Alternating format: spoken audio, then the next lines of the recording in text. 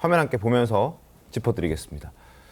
자, 검사 사칭, 대장동 재판, 그리고 공직선거법, 쌍방울, 그리고 법인카드 유용 혐의. 근데 이제 법인카드 유용 혐의는 최근에 이제 재판부에 배당됐기 때문에 이걸 배제한다 하더라도 4개 재판 중에서 지금 현재 대부분 다 1심이 진행 중이고 이제 항소심이 앞으로 열릴 건 공직선거법 위반 혐의만 지금 항소심 첫 일정이 잡혀 있는 그런 상황입니다. 때문에 국민의힘에서는 이런 지적들이 나오기 시작하죠.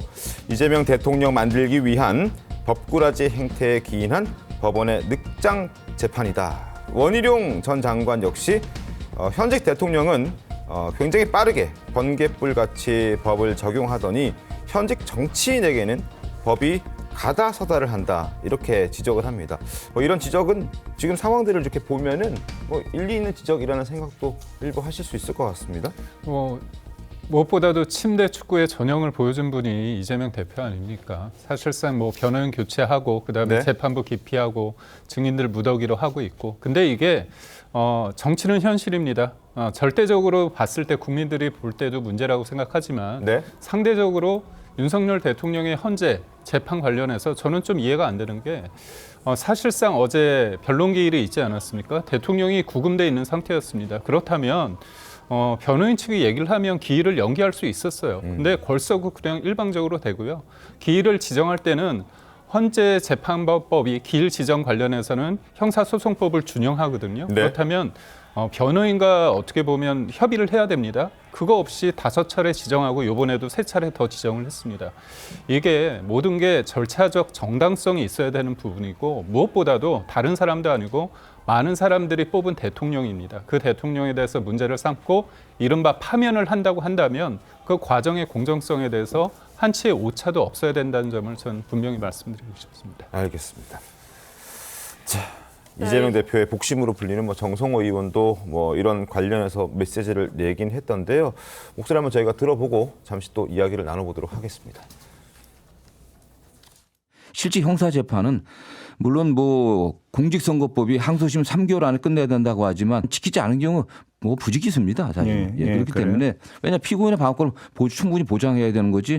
그게 기본적인 거 아니겠습니까? 형사 재판 절차하고 탄핵 심판 절차는 전혀 다릅니다. 일종의 징계 절차이거든요. 그렇기 때문에 피고인의 방어권 보장을 위한 엄격한 그 입증 과정이 필요한 게 아닙니다. 그걸 자꾸 거기에 결부시키는 게 국민의힘이 어쨌든 어떻게 하든 간에 탄핵 심판을 늦추려고 하는 그런 대선 전략 차원에서 주장하는 거다라고 생각합니다. 네. 김광삼 변호사님, 지금 정성호 의원은 형사 재판 절차하고 탄핵 심판 절차는 전혀 다르다라고 얘기를 하면서 윤 대통령의 방어권은 중요하지 않다는 취지로 얘기를 하는데 저게 맞습니까?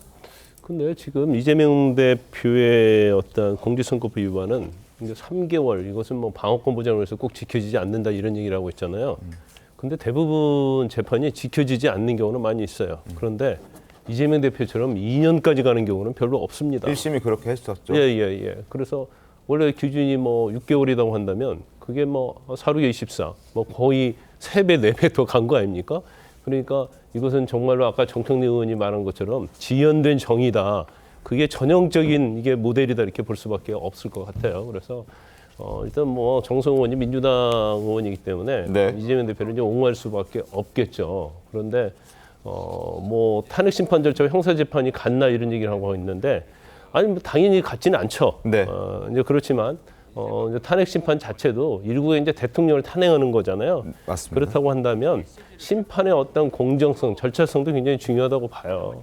일단 대통령에 대한 체포영장 집행에 대해서도 사실은 원칙을 어기니까 네. 계속 논란이 있잖아요. 그러면 어차피 탄핵 심판을 한다고 해요.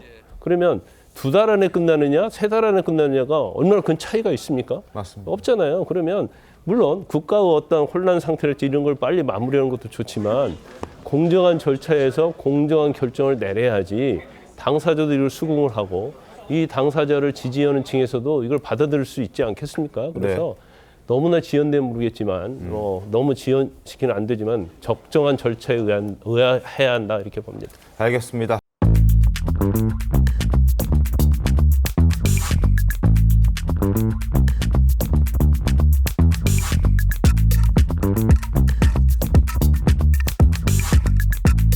있습니다.